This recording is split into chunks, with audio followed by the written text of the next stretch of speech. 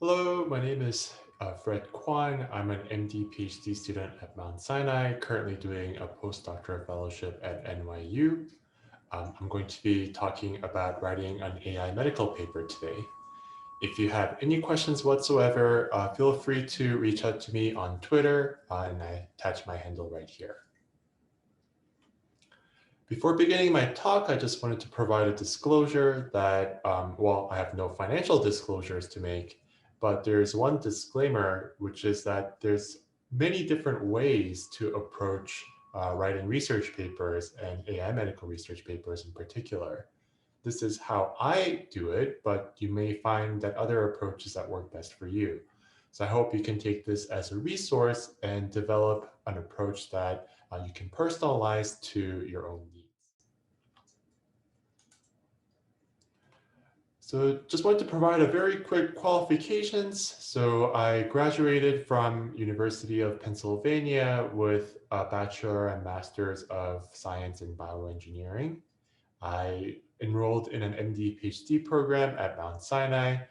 In the US, the MD PhD program is broken down into 2 years of lectures and 3 to 5 years of PhD.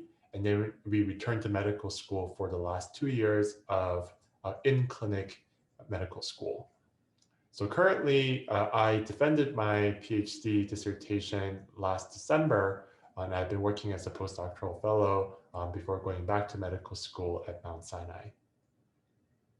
Prior to coming to medical school, I worked at the Penn Writing Center for 3 years, and I provided a lot of writing guidance for many different types of writing, whether it's writing personal statements for jobs, helping out with school assignments for English literature, as well as a lot of different types of research writing, including manuscripts. I've done quite a bit of paper writing myself. There are 19 papers that have been published in NEURIPS Radiology AI, Pediatrics, and Nature Scientific Reports, as well as few more papers that are in the peer review pipeline. But above all, what I really wanted to point out is that English is my second language. I was born in Korea and I moved out after my elementary school. So again, I wasn't English as a second language learner. So I just wanted to point out there's actually a lot of advantages to writing in your second language because you adapt a much more systematic approach to writing. And critical writing and writing research papers in particular, once you develop a system, you can really stick to that workflow, the algorithm, and it works out quite nicely.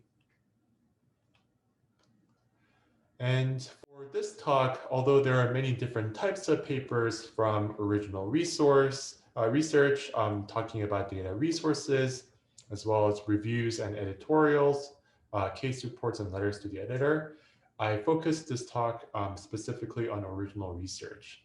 But over the course of your research careers, you'll find that many different articles are helpful to you to read and also to write. For example, I find that review articles are extremely important for both the audience as well as the writer, because the writer has to synthesize many different types of research papers that are out there. So I just wanted to very quickly go over the components of a research paper. And for a scientific research paper, as you may have read before, there are the big major parts, which are the abstract, which I think is what every one of us reads first before diving into the big beefy paper. Then there is the introduction, methods and materials to try to explain how the authors arrived at the results and the discussions of the results arriving at the conclusion. The parts that are relatively new nowadays is that a lot of the journals have adapted, including key points or values added. And this is to allow authors to get an even quicker overview, even before reading the abstract, trying to understand why the research paper is important. You'll find related works in a lot of the more technical rather than medical journals.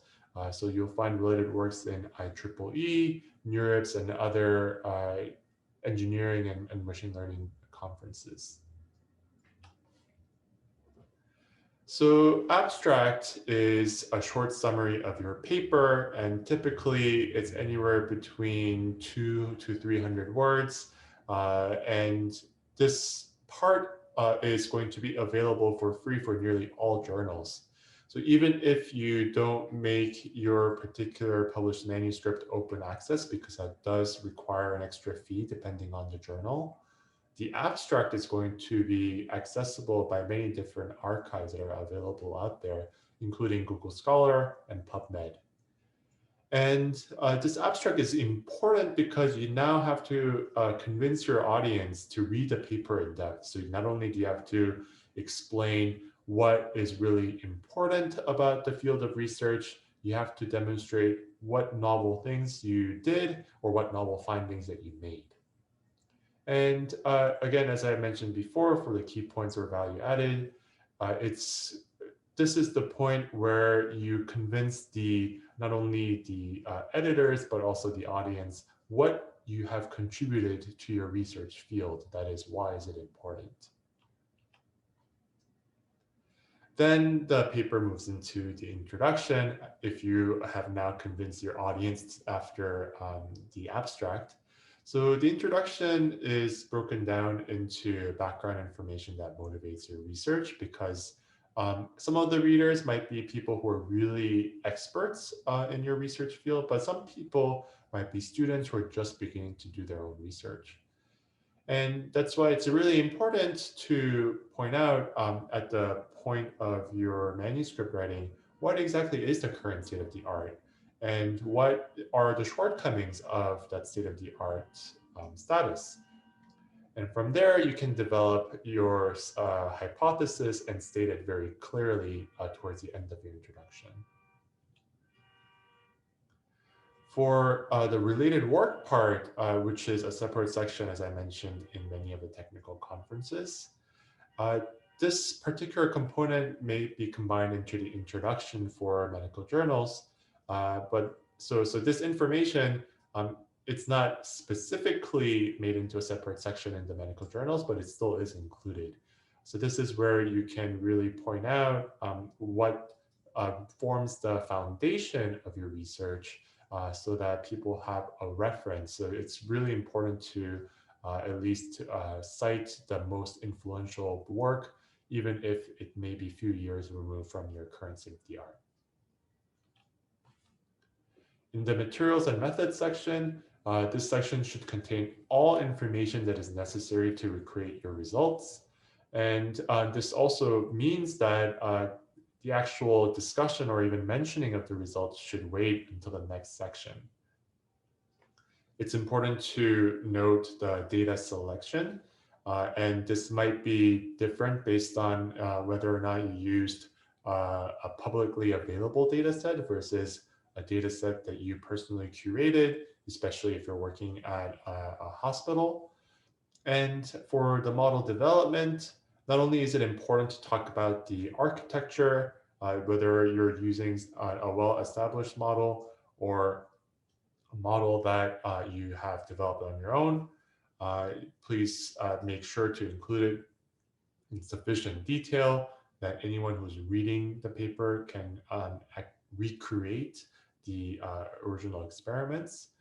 And that's why it's also important not only to explain what the model is, but to go through the process of how you trained it, how you selected the model for deployment and testing.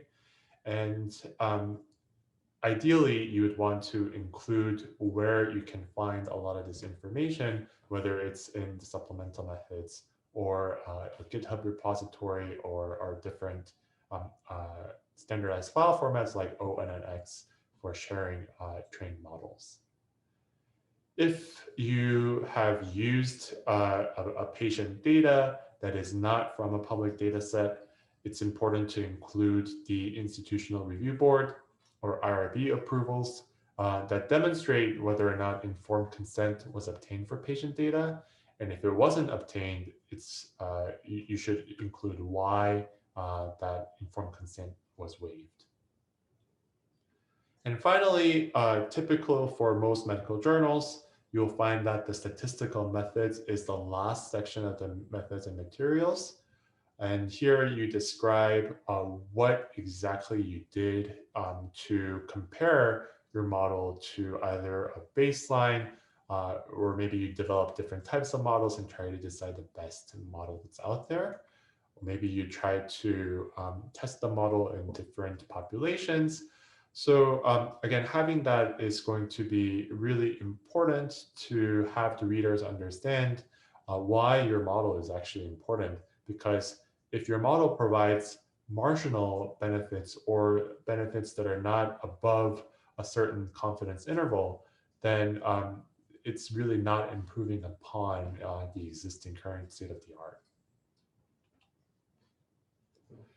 For your results, this is where you simply state your findings and you really want to use the figures and tables to your advantage. Most of the time, you will see that you as a student may not have time to read every single detail of the introduction, the methods and materials, or even the discussion. And you might be skimming through the figures and tables to get a better understanding of the overall picture or message of the research.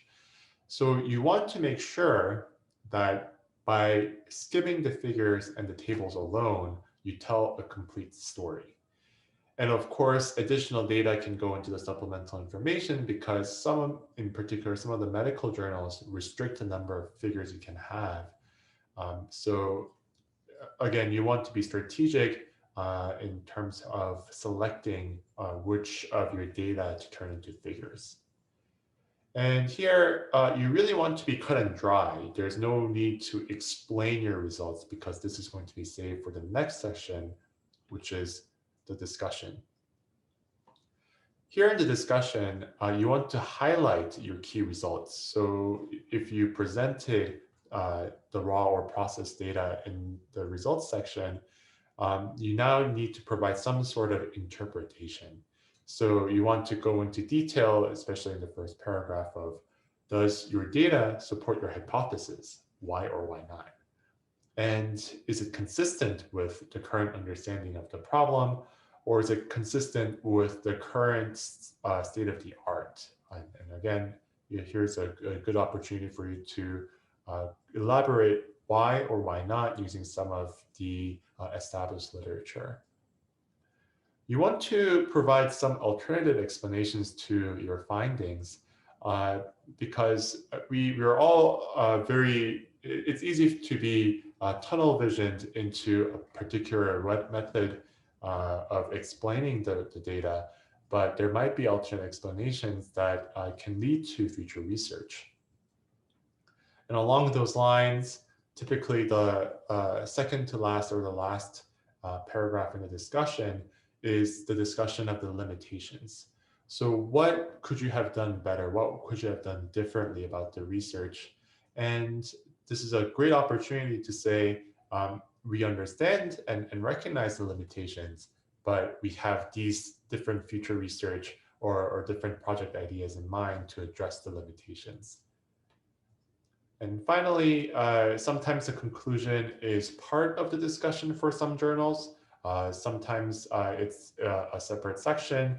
But what's really important here is, again, just the key points you want to highlight in one or two sentences and talk about the implications of the research.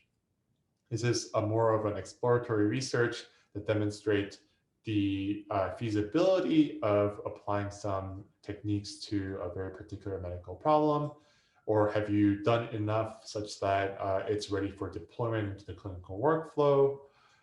Anything that can be sprung from the actual research paper, so that is the implications you should include in this section. And here are some more of the nitty-gritty details. So acknowledgements, it's really important to note your funding information because sometimes your institution might require some sort of an update to the grant. And it's going to look very nice for grant renewals, especially in the United States, to say these are some of the papers that were published and were funded by this particular grant. And sometimes you get some advice or guidance from a coworker or a mentor that may not warrant a full co-authorship, but you still want to acknowledge them in a certain way. So this is where you would put thanks to those contributors. And personally, for me, I really like to acknowledge the authors of public data sets that I use. So this is where I typically put them. As for references, you want to follow the journal or conference guidelines. Some journals are a little more flexible, some journals are very rigid. But thankfully, they follow a standardized set. So PaperPile or LaTeX templates such as BibTeX can automatically do this for you. BibTeX is going to be free and open source. PaperPile, there is an annual fee, but at a discount price for students. But for me personally, it was worth paying for it because of the benefits that I'll talk about later that comes into integration with Google Docs. So now that we talked about the components of writing a medical paper, let's talk about how to get started. So even before you begin any experiments, it's really nice to think about what your research is going to be and how it's going to be important to the overall research field. So for the question that you have in mind, you need to really think about what are the current limitations and unmet needs, and what question do you want to answer? If you think about a really elegant solution, but there's no medical problem to solve, then that's really not going to gather as much interest, especially in a medical AI journal. Whereas you can even take the simplest of the results, but if you have a good, robust clinical trial design or a result that is readily integrated into the clinical workflow, that's actually going to be very high impact. So again, really think about what are the current unmet needs in a very particular medical problem. And from there, you can develop a machine learning or an artificial intelligence approach to address the unmet need. And that's where you really get a good idea of the importance of your research. And of course, to understand the current landscape and to think about what unmet needs are, of course, you can get that idea from your professors as well as some of the hospital providers, and you can talk to them, get an idea. But really, it's a great idea to read as many papers as possible. Because sometimes you have a really brilliant idea and it turns out that project has already been published a few years ago. So now you may have to strategize, okay, what can I do differently or what can I do in addition to a project that has already been published? And reading journals really allows you to recognize the formats and different the voices of the different journals. And by that, I mean, some journals are more oriented for clinical trials with artificial intelligence, whereas some of the other journals are more interested in the technical aspects. So getting to understand not only, again, the different formats that will be required, but understanding what kinds of papers are published will allow you to more strategically submit to journals that will more likely be accepting of your particular research. And as I mentioned before, as you're reading, go ahead and use the citation managers to save the papers, because more likely than not, you're going to be citing the papers that are relevant to your research. So I underlined the resources that I personally have used for both PaperPal and BibTeX. A lot of the aggregate sites and portals like Google Scholar, Scopus, and PubMed will allow you to export as a BibTeX. And I also include Mendeley and Zotero because I believe those are free resources that you can use just as effectively.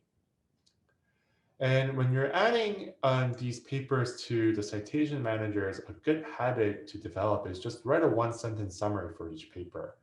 And sometimes that one-sentence summary might be just a title because it's geared that way. But uh, just to understand why you read the paper and why you think it's important is going to be extremely helpful when you're beginning to write your own introduction and discussions in your manuscript.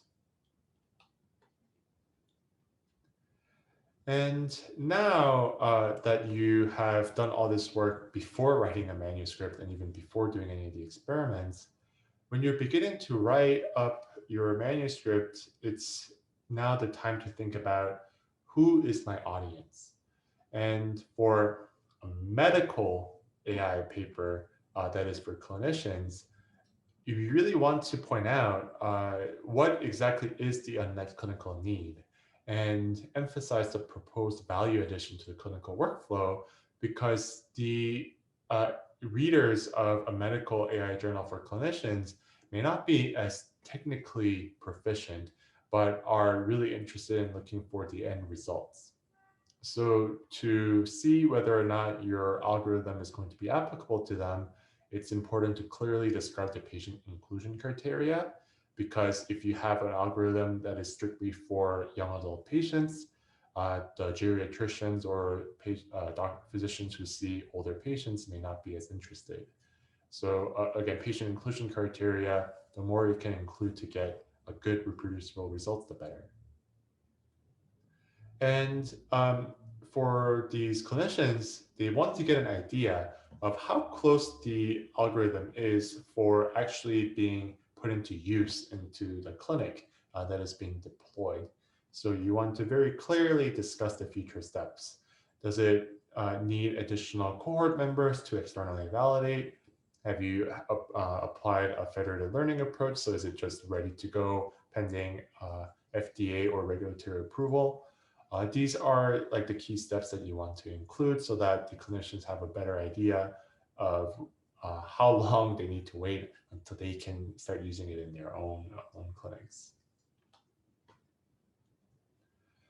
On the other hand, for medical AI papers, that is for AI researchers, they are more interested in the technical aspects. So you should identify which algorithms were used in your paper. And it's important to keep in mind that for medical AI papers, especially for engineering and technical conferences, simple applications of AI algorithms in a medical data set is less likely to be viewed as novel. So if you have obtained good results, then such project might be more applicable to a medical AI paper rather than a medical AI paper.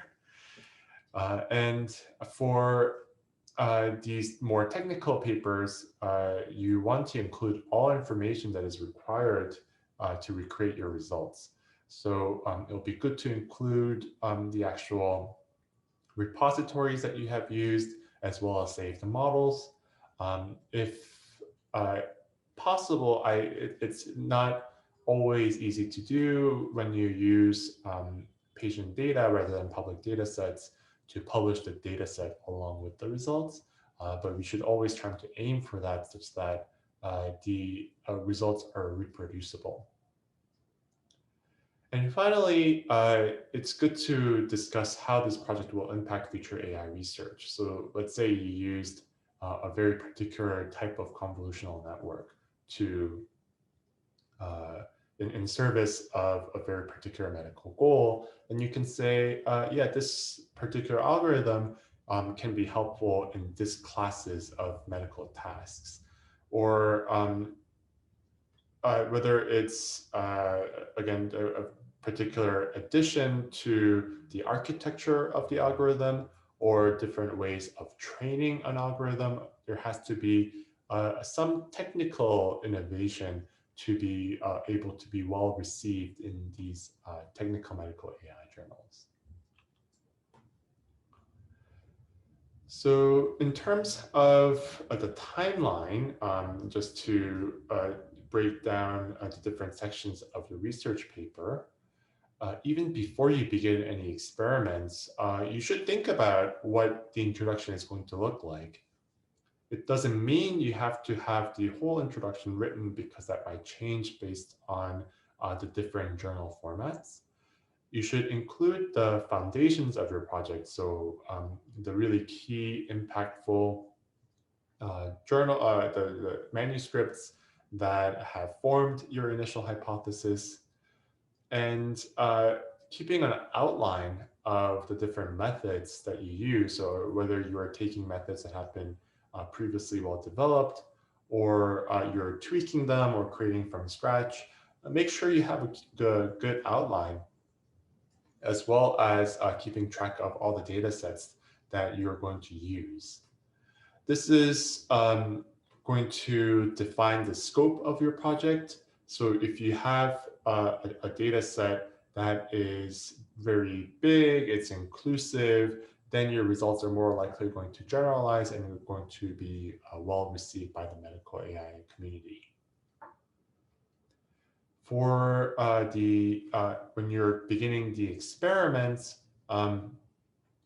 early on, it's going to be well worth your effort to write a script to create the figures that really tell a good overarching story of the results. This way, you can present to your lab often whenever you get a new update on your model, and you can get feedback from your lab members as well as your collaborators to tweak the figures so that by the time when you get to writing, the figures are already generated for you, and you just need to pick which figures to include. And during the experiments, as you make the tweaks to either the architecture or the training and the model selection, make sure to keep track of that. And that's going to be very helpful, again, in writing the methods such that anyone can recreate your results. And finally, after all the experiments are finished, begin to outline the key implications of your results.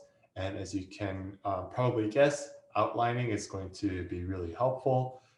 Complete sentences, they take a lot of time, but outlining key thoughts are really going to form a nice, solid framework from which you can adapt to the different styles of the journals.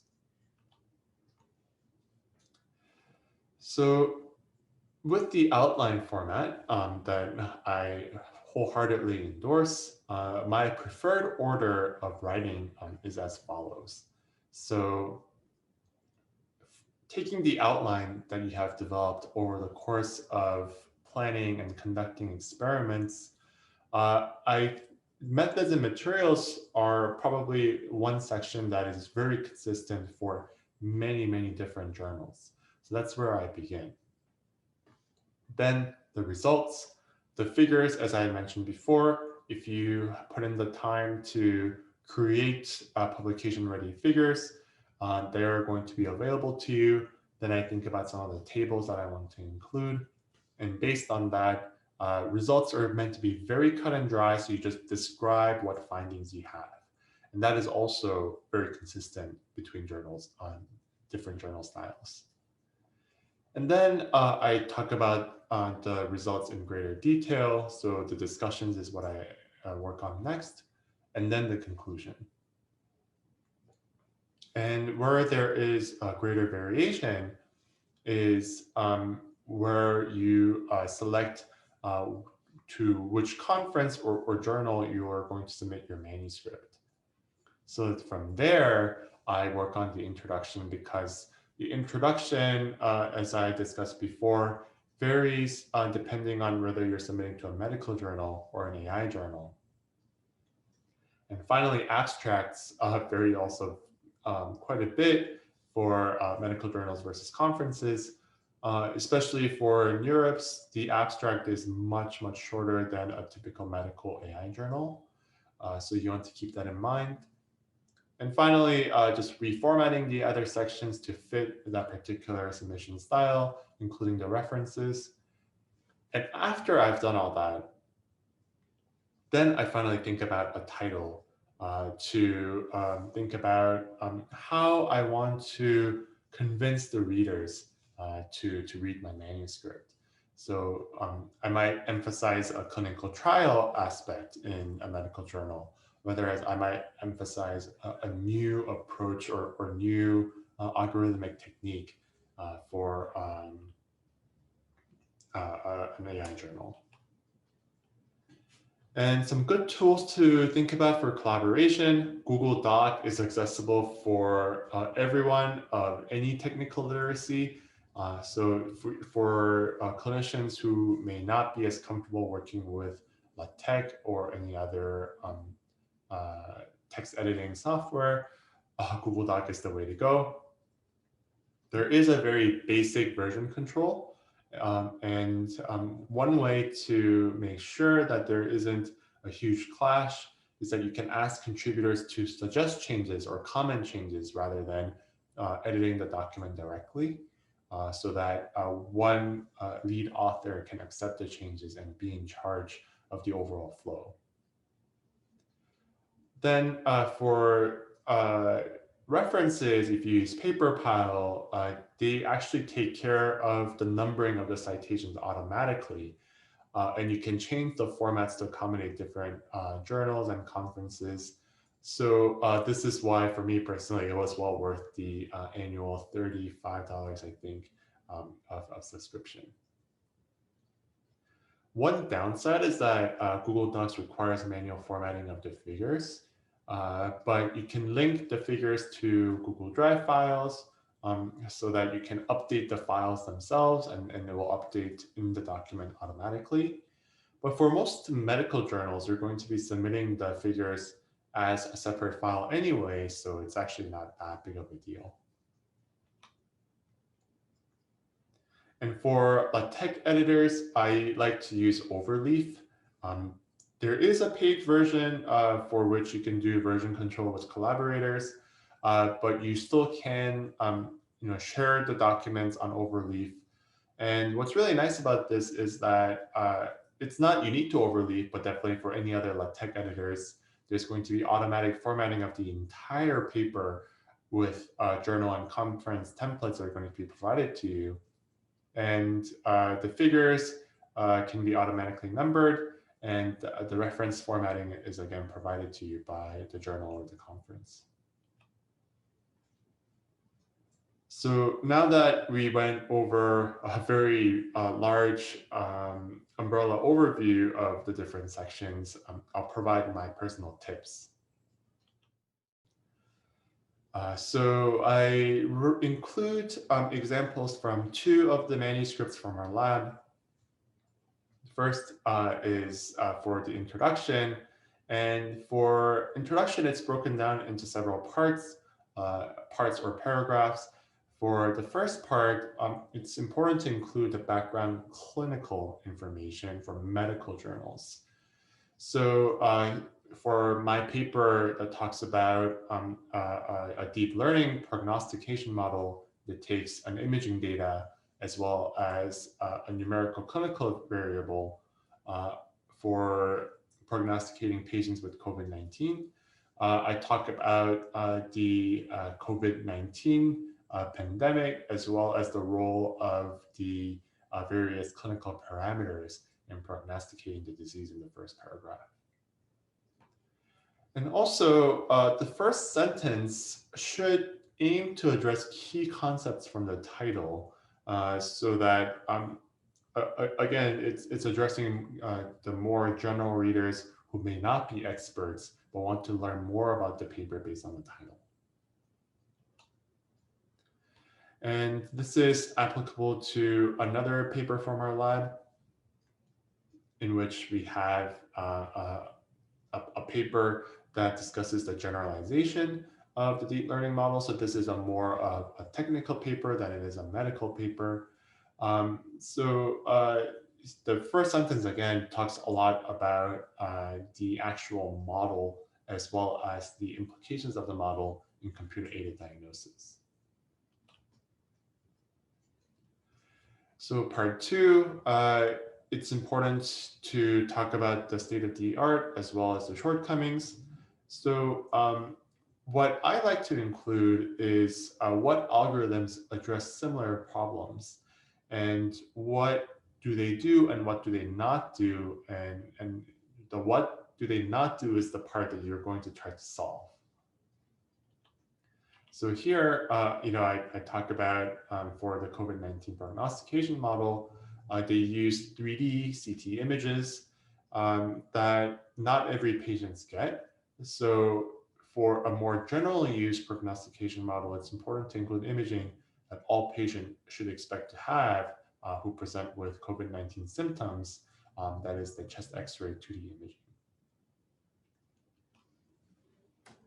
And here it's also good to talk about the goal of the paper. So is it a continuation of a previous work? Then you can cite the other, the previous project or manuscript, and not really save yourself the trouble of having to re-explain the different shortcomings. Or you can actually, address the shortcoming itself. And for PLOS One, which is where the second paper was published, this is actually a very prominent separate section to explain this particular motivation. And for the part three, very clearly state what the hypothesis of the paper is. What specific question did you as the author want to answer? And that leads to the methods and materials section that begins to explain how you went about answering or trying to support your hypothesis. So for medical papers in particular, what's really important is inclusion of whether or not you use a public data set or patient data set. And if you use the patient data set, very important to include whether or not your study was IRB approved. And also for clinicians, prospective studies are going to be more interesting than retrospective. And we want to make it easy for them to recognize whether or not your particular manuscript involved a retrospective or prospective study. For subjects, especially for medical journals, you want to consider the inclusion criteria as well as the demographics table. In fact, for medical journals, the first figure is always the inclusion criteria. The first table is always the demographics table. So this is the kind of like pre-work that I had suggested that you do even before starting your experiment, because this really determines what kind of journals that you can submit your research to, and it gives you a better idea of how generalizable the results are going to be. And for our second paper, we include a demographics table that is not necessarily like a traditional medical demographics table, but it still includes the relevant parameters such as the percentage of the labels. For the data set, even though it's clear to see from the figure 1 and table 1 in the actual text, very clearly talk about how the sample size was derived, how the data set was split into training, validation, or test sets, because it's very important that the test set is independent from training and validation, and that the model training does not see the test set at any time except the one time when you test it. And finally, this is where you want to talk about whether or not your project has a clear external data set, or you just have to use a held out data set from a homogeneous population, because ability to demonstrate a good performance on a true external data set tends to show that the results are generalizable. Whereas maybe if you only used, for example, young adult college populations, then the results may not be as readily generalizable to older patients or pediatric patients. For algorithm development, you want to talk about not only what the architecture was, but why you selected a certain architecture. Talk a bit more about pre-training. Most convolution-based networks, they seem to be pre-trained on ImageNet, so even like a non-medical data. Talk about how you tune the hyperparameters and how you selected a model for external testing. And as I mentioned before, and I'll keep mentioning it because it's so important, the model should never ever see the test set during training or validation. And finally, include a bit about how the readers can recreate your results. So whether it's providing shell scripts as well as the source code on GitHub or ONNX files that actually publish the trained model, try to include those so that the readers can recreate the study. For my particular paper, as you can see, I used a DenseNet 121 architecture, and I clearly outlined in the figure that I used the pre-trained weights for most of it. And I also include a breakdown of the training, validation, and the test sets. For the statistical methods, you typically want to provide some sort of comparison to the current state of the art. And even before you conduct your experiment, at least in the materials and methods section, do point out what your primary outcome is. Because this shouldn't be changed after you conduct your experiments with the fear of potentially biasing your statistical analysis and making it less valid. I would strongly urge you to talk to a biostatistician to ensure your experiment is sufficiently powered, because there's no worse outcome than going through all the trouble and realizing that the various comparisons are overlapping because the 95% confidence interval is too wide because of a small sample size. So for the two papers, we talk quite a bit about creating the 95% confidence intervals. A really popular method is using bootstrapping experiments, but you can also do different types of comparisons, such as using chi-square tests as well. So for specific details, I urge you to go and check out the papers. And finally, especially for radiology-based papers, I strongly recommend using the checklist for artificial intelligence in medical imaging, or CLAIM. So it goes over, especially for the methods and the results, the good habits you should develop in trying to make sure that your experimental design, even before you conduct any experiments, is going to be sufficient to create scientifically robust results. Speaking of the results, you want to write the main points of the figures and tables without any interpretation. So again, the text itself is actually very cut and dry. And for figures and tables, you want to make sure that the readers can just see the figures and understand the whole story. The styles for figure legends vary from journal to journal. But typically you want to include the major points, the major takeaway from each figure. And the questions you want to ask yourself is, do multiple figures support the same point? or if there are any redundancies. And if there are redundancies, maybe consider not including them in the main figures, but instead putting them into supplemental figures. So for my particular study, I actually include some data points twice. So the model that's been trained just based on the chest X-ray alone, I include that here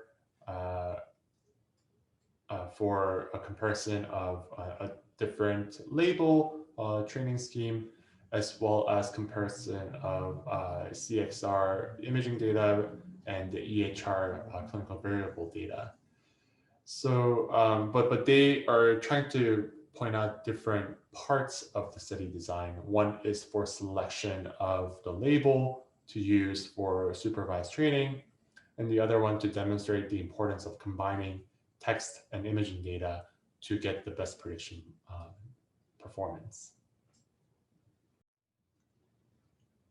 Major concepts to cover is you want to talk about the source of data.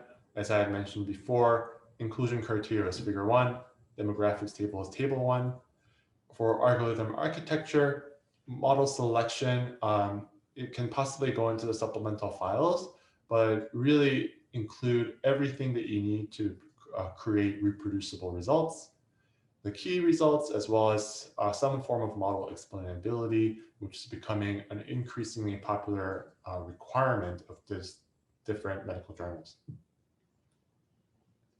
For figure legends, follow journal guidelines, and if possible, write a concise sentence about a key point from each figure, or at least each part of the figure. Moving on to discussion, you want to summarize your key results. So just relate back to the original hypothesis in the very first paragraph. And then part 2 is where it gets to be really fun, because you can begin to interpret the results.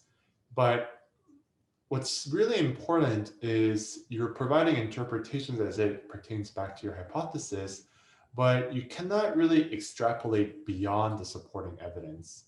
So if the results don't support the interpretation, you can't make some conjectures and be like, this will likely have happened if we used additional data. This is really not the right part, especially in the part 2.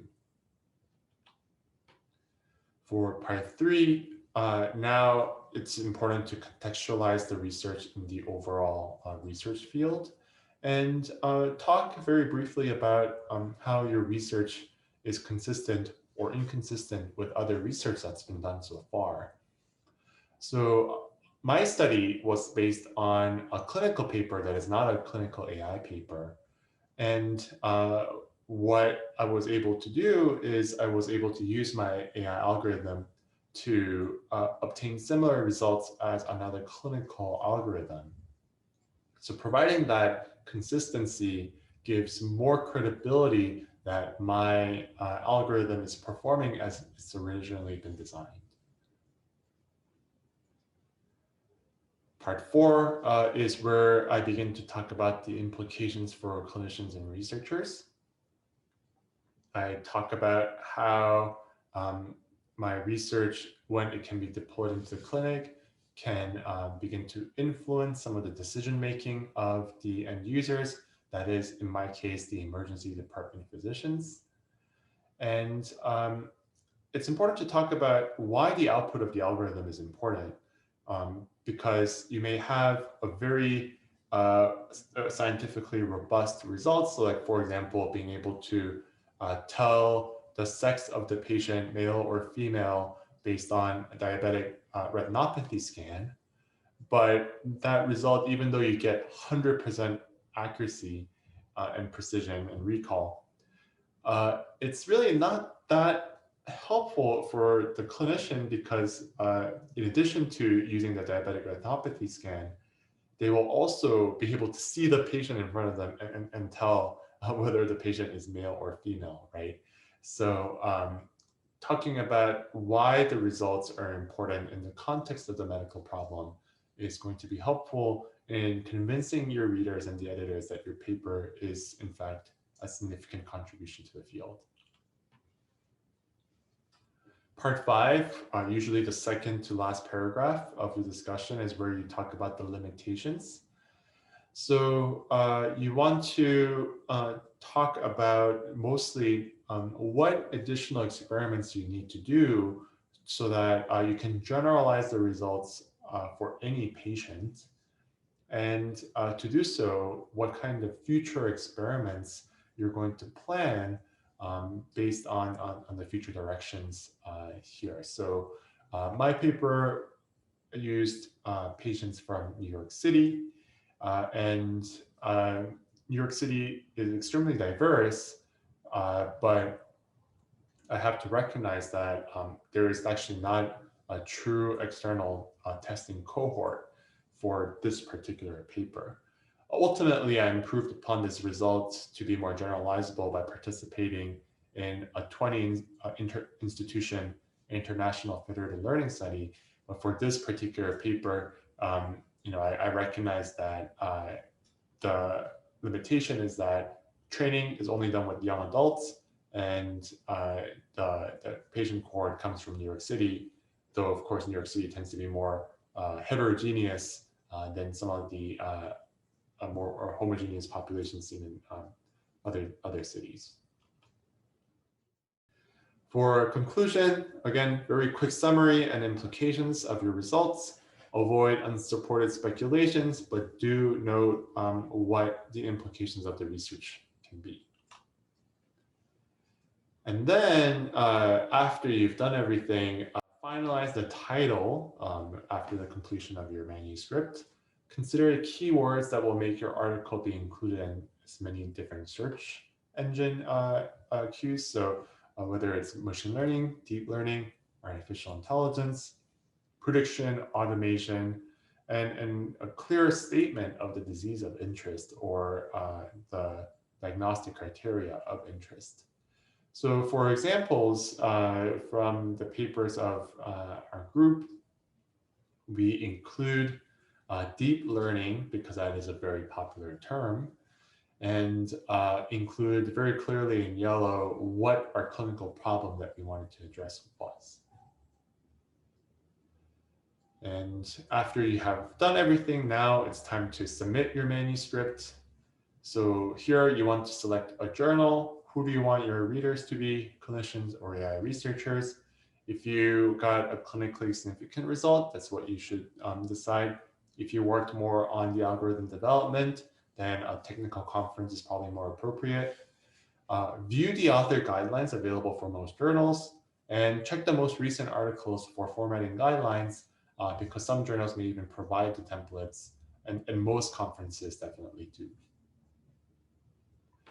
In the cover letter, include the editor's name, the title of your manuscript, the importance of the research field, key findings from the manuscript, why you think the readers of the journal will be interested, as well as some of the more nitty-gritty details, like you're not going to be submitting this manuscript to other journals until you hear back from the original submission, state any conflicts of interest, and include contact information for authors, including the corresponding author. Try to avoid verbose descriptions or very wordy descriptions of your research and technical jargon, because the person who is reading the cover letter may actually not be as familiar with certain aspects. So a clinician may not be as familiar with the technical aspects, or a technical researcher may not really understand the clinical problem in as greater detail.